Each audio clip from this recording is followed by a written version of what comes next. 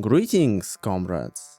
2 years ago, when Western sanctions were just coming into effect, some patriotic car enthusiasts were ecstatic. Yes, finally! All these Hyundai, Skoda and Toyota will run away with their tail between their legs, and we will revive the great Soviet automobile industry. Moskvich, Volga, Kamaz is going to make passenger cars, and after us will be almost a monopolist in their niche. 2 years have passed. We read the news of the Russian automobile market in 2024 and see Cherry, Chang'an, Havail, Geely. Oh, Moskvich! Ah shit, it's also Chinese with a Russian nameplate on it. And only Lada still stands among this Chinese influx. Let's find out how it happened.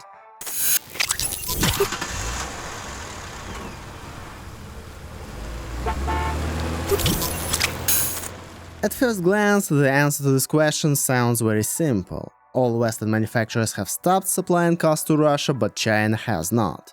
That is why it has taken over the Russian car market. Thank you for your time, goodbye everyone. But no, the story is a bit more complicated, so first let's talk about how it all started. Immediately after the collapse of the USSR, only domestic cars were available to 99% of the population in Russia, and a foreign car like a Mercedes or BMW or even an Opel was a token of belonging to the elite, often to the criminal elite.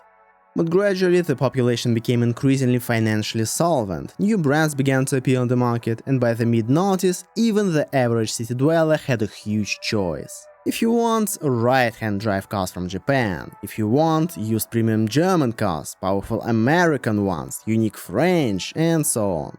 Finally, you can always enjoy the tried and tested domestic classics. Dozens of automobile brands from all over the world were represented in Russia in one way or another, and it was in this environment that the first Chinese cars began to appear. The first car that came to the Russian market was Cherry Amulet, released in 2003. The car was built on an illegally copied Volkswagen Golf 2 platform. Yes, at that time Chinese manufacturers were absolutely not embarrassed by it. The car completely failed to meet the standards of even passive safety. In the well-known Russian RCAP crash test, Amulet received 0 stars out of 4 and in another 1.6 points out of 16. The Geely CK had the same problem. Not a single star in the Euro NCAP crash test and only 1.7 points out of total of 16 possible. It was for this reason, in fact, that at that time the Chinese car industry was associated with metal cans that could be pierced with a finger. In addition, the cars rusted out within just one Russian winter, broke down constantly, and spare parts for them were literally impossible to find. I mean, just so you understand, at the time the Russian car industry was a constant object of jokes and mockery, and the Chinese one was one step below. These cars were not even regarded by many as cars, but as some grotesque parody of them. But what has changed? Well, first of all, the Chinese have really made a huge step forward in 2 decades. They have learned not only to steal platforms, but also to poach top designers and constructors, making their cars in many ways just as good as their competitors. Secondly, it's worth looking at the dynamics of the car market in Russia. I described the carefree times of the mid-noughties, where the average Russian had access to virtually any foreign car. Just import it from abroad and drive as much as you like. But the government was not happy with this situation. They wanted to develop the automotive industry in the country, and since Russian brands did not please them with their successes, they came up with the idea of encouraging foreign companies to localize production in Russia, build their own factories and thus create new jobs in Russia. At the dawn of the automobile boom in Russia, foreign companies were actively engaged in semi-knockdown assembly of their cars, for which only things like interior mats were purchased from domestic suppliers. Everything else was imported. However, in 2005, the Russian government introduced the industrial assembly regime, under which foreigners were required to achieve a certain level of localization of production, and in return were allowed to import components duty-free. Many foreign automakers have signed corresponding agreements with the authorities, especially since the subsequent increase on import duties on prefabricated car bodies has finally put an end to the SKD assembly. As a result, by the early 2010s, there were 2 main types of cars on the market, those assembled in Russia and those fully imported from abroad. As you understand, the first ones were cheaper on average, but the second ones were valued by customers much more, since not everyone trusted the quality of Russian production. Then the financial crisis of 2014 hit, when the ruble almost halved against the dollar, plus the government raised duties on imports of finished cars into the country year after year. As a result, by the end of 2010s, there was a situation where cars that were not produced inside Russia were practically unable to compete with locally produced cars. To be more precise, they could, but only in the more premium segments, where people were really ready to pay double price for European quality. As a result, brands that could not or did not want to localize production here gradually began to leave the Russian car market. And this happened long before 2022. In particular, in 2019, a study was published that the model range of the Russian car market has shrunk by 30% in 5 years. In 2019, only 275 models of new passenger cars from 48 brands were officially sold on the Russian market, compared to 401 models in 2014. Some, at one time wildly popular brands, such as Ford, completely left the country back then. Some, such as Honda, kept only one passenger car model for sale. And it was then that China began its expansion. In 2019, the Ahoy brand opened its Russian factory and became a pioneer in creating localized Russian-Chinese cars. But back then, they were still met with skepticism. The country was home to Volkswagen, Renault, Hyundai, Kia, Toyota, Mazda, Mercedes, BMW, leather plants after all. All of them were consistently and seamlessly producing good quality cars. The Chinese could only compete with them by drastically lowering their prices. But then a chain of events happened, each of which was ideal for Chinese brands.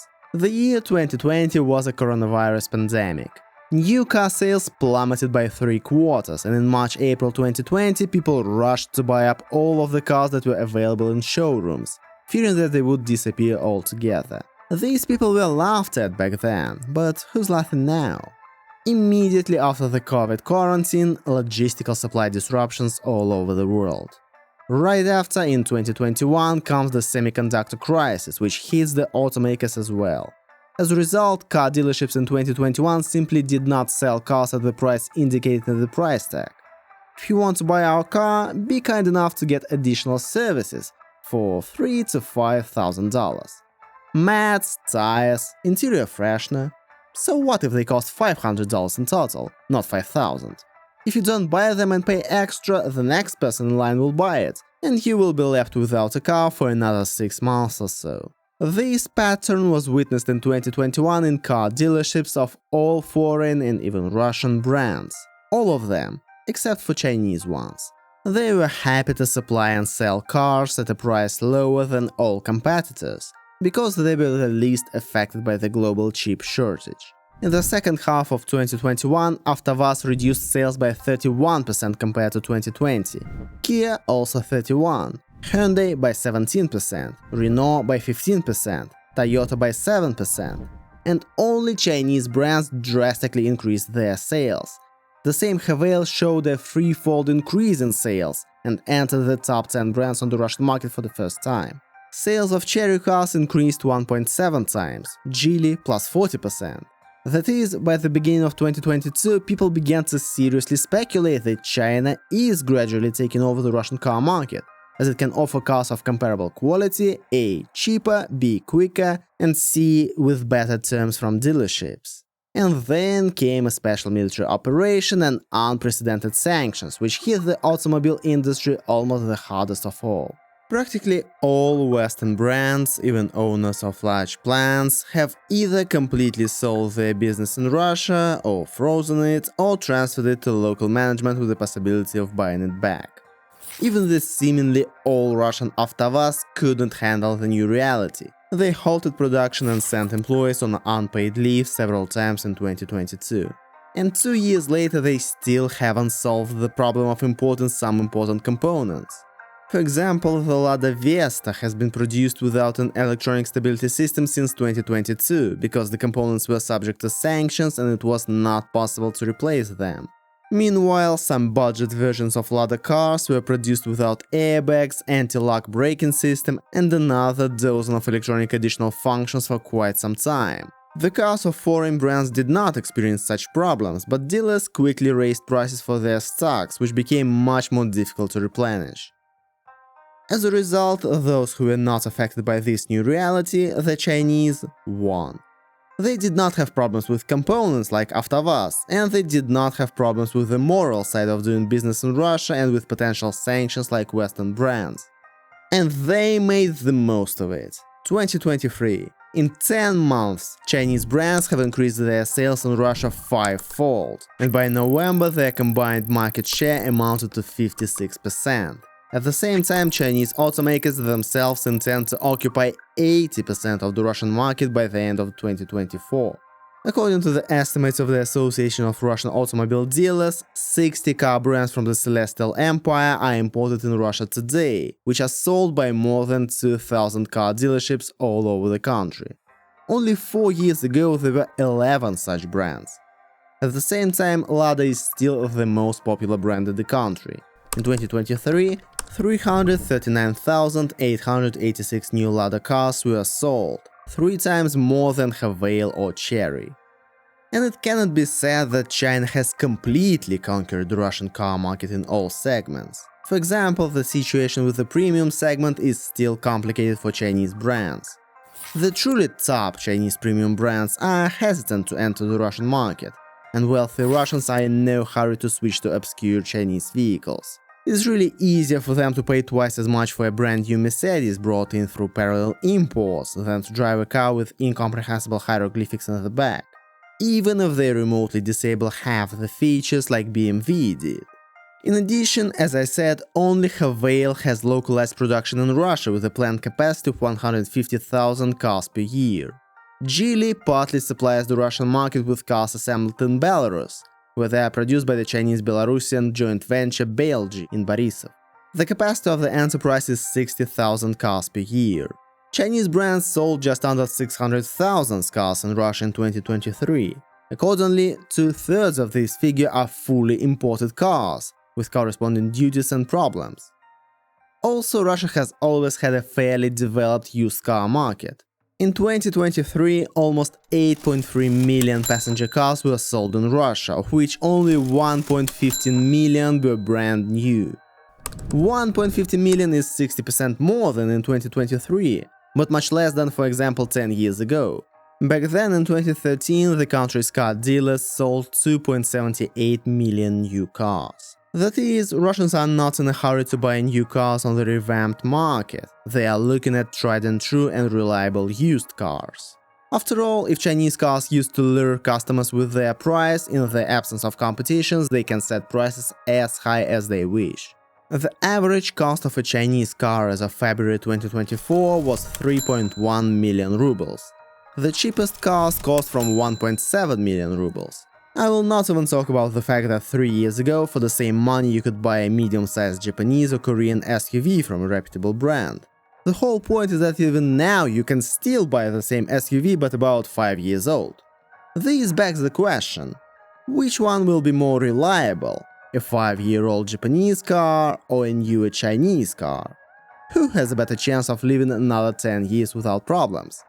Chinese brands have greatly improved the quality of their cars, but at least among ordinary Russian people, the answer to the question above is obvious. Yes, the Japanese car will live longer. If the customer has more money and he, for example, cannot stand used cars, he will still think twice, and maybe still order a Mitsubishi or Toyota from the Emirates. Yes, without a heated steering wheel, but new and almost at the price of a Chinese. Or local dealerships of Kia and Mazda sometimes bring their models directly to the showroom via parallel imports. Yes, they are more expensive than before, but they are familiar and reliable. Therefore, in order to fully capture the hearts of Russian buyers, Chinese brands need not only to offer them more brands, but also to convince everyone that the Chinese car is a real car, not some parody of a car. They have almost managed to do this, because even Moscow cab drivers are already switching to Chinese SUVs, including premium ones. But there is still a lot of work ahead. For example, the situation with repairing Chinese cars is still such that finding spare parts for Western brands not officially sold in the country is much easier and faster than for officially sold Chinese brands. But what about Russian brands? Things are not too rosy here. In early 2023, we were promised the revival of AvtoVAZ, a new electric Moskvich, a premium Volga, a crossover from KAMAZ after all. Well, let's start in order.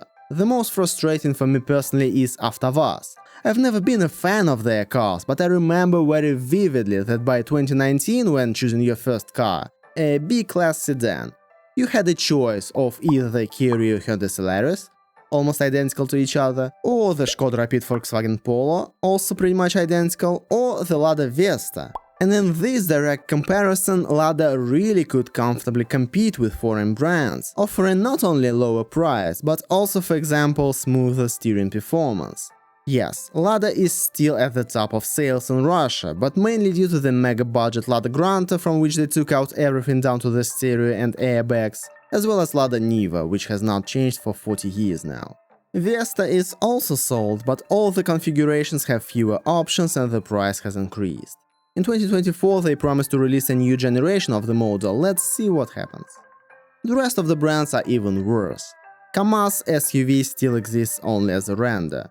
The new Volga, which was intended as a replacement for the defunct Toyota Camry, has not yet been produced, as the plant that previously cooperated with Volkswagen is looking for a new partner to produce cars. And finally, Moskvich. The only one of the old Soviet brands that was promised to be relaunched after 2022, and it was indeed relaunched. SUV, liftback, even an electric version. One problem: the only thing Moskvich has from Moskvich is the badge on the hood. Let me remind you that in the spring of 2022, Moscow Mayor Sergei Sobyanin proudly announced the relaunch of the legendary brand and immediately presented a whole lineup of new Moskvichs.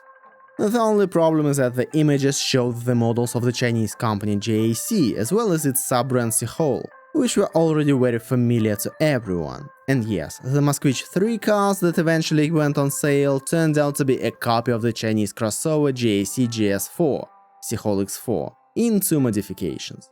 The Moskvich 6, released a little later, was a carbon copy of the JAC Ahoy A5 liftback.